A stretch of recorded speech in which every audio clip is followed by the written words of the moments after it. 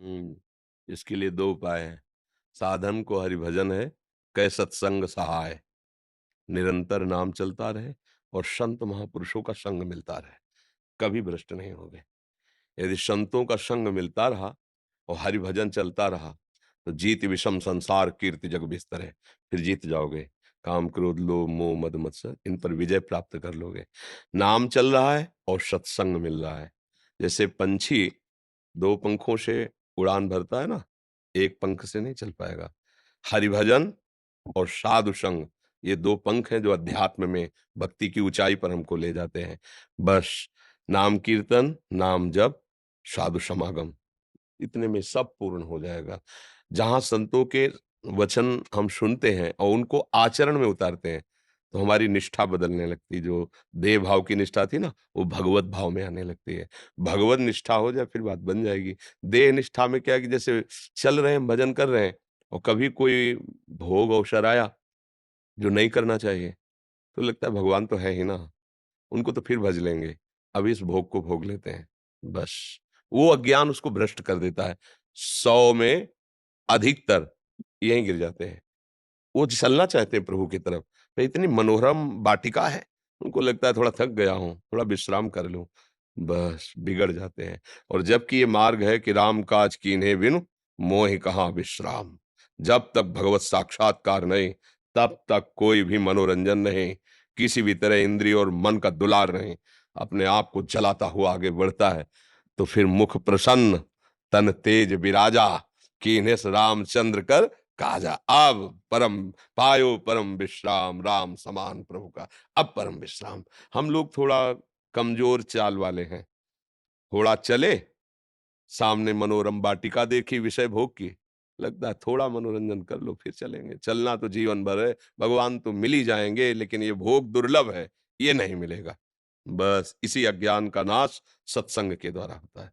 ये भोग दुर्लभ नहीं, ये भोग तुम्हें दुर्लभ तत्व प्राप्ति कराने में जो भाव तुम्हें गिरा दे, वो ही आया है। दुर्लभ है तत्व प्राप्ति, भगवत प्रेम, भगवत भक्ति, वो गिराने के लिए आया है।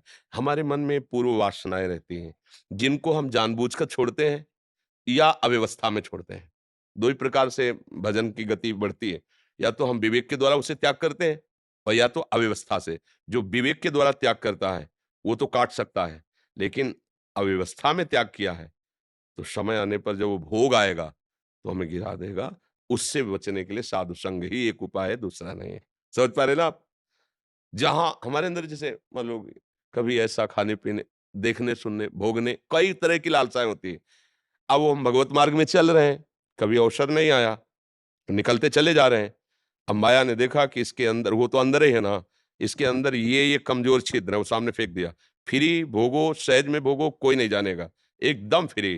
अब उसको लगता है कोई तो देख लेते हैं ना, देख लिया ना, अब वो देखने का अधिकार खत्म, जहाँ देखने के लिए चले थे। इसमें बस धर्मयुक्त विषय सेवन, अधर्म युक्त नहीं।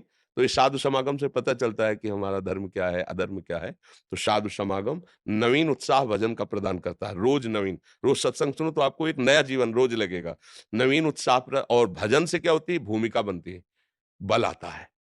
बल जैसे जैसे बढ़ता चले जाएगा, माया को परास्त करते आगे बढ़ते चले जाओगे। आज कुछ भक्तों ने आपके श्रीमुख से नाम चाहा। हम तो राधा वल्लभ श्री हरिवंश राधा राधा जपते हैं। बस देखो, मनुष्य जीवन अत्यंत दुर्लभ जीवन है। भजन चाहे कम हो, शराब पीना, मांस खाना, पराई माई दाई की तरफ गंदी दृष्टि रखना, दूसरे को दुखी करके सुखी होने की भावना रखना, इनका त्याग कर दो। भजन चाहे कम होए, तो आप शांति से सुखपूर्वक जीवन व्यतीत कर सकते हो। और अगर ये करते रहे, तो चाहे जहां चले जाओ, चाहे जितने जंतुर बंधवा लो, चाहे जितने आशीर्वाद, चाहे जिनके हाथ माथे पे रखवा लो, कुछ नहीं होने वाला। तुमको हम स्पष्ट बता रहे, राधा राधा बोलो, सच्चे आचरण से चलो, तुम भगवान के अंश हो, तुम सुखी ही रहोगे। और अगर गलत आचरण करोगे, तो फिर वही ऐसो जो राम रचि राखा, फिर भोगो जाके। हम लोग भाग करके सोचते हैं कि अमुक जगह चले जाएंगे, वो देख लेंगे या छू लेंगे या आशीर्वाद दे देंगे, तो काम बन जाएगा। हम इसी भ्रम को तोड़ने के लिए हजारों बार कह चुके, हजारों बार इसीलिए कहते हैं, ये भूल मत करो कि तुम पापाचरण करोगे और सेव संतरा रुपया जमा कर दोगे तो तुम्हारा माफ हो जाएगा। सेव संतरा रुपया एक अलग क्रिया हो गई, दान, पुण्य।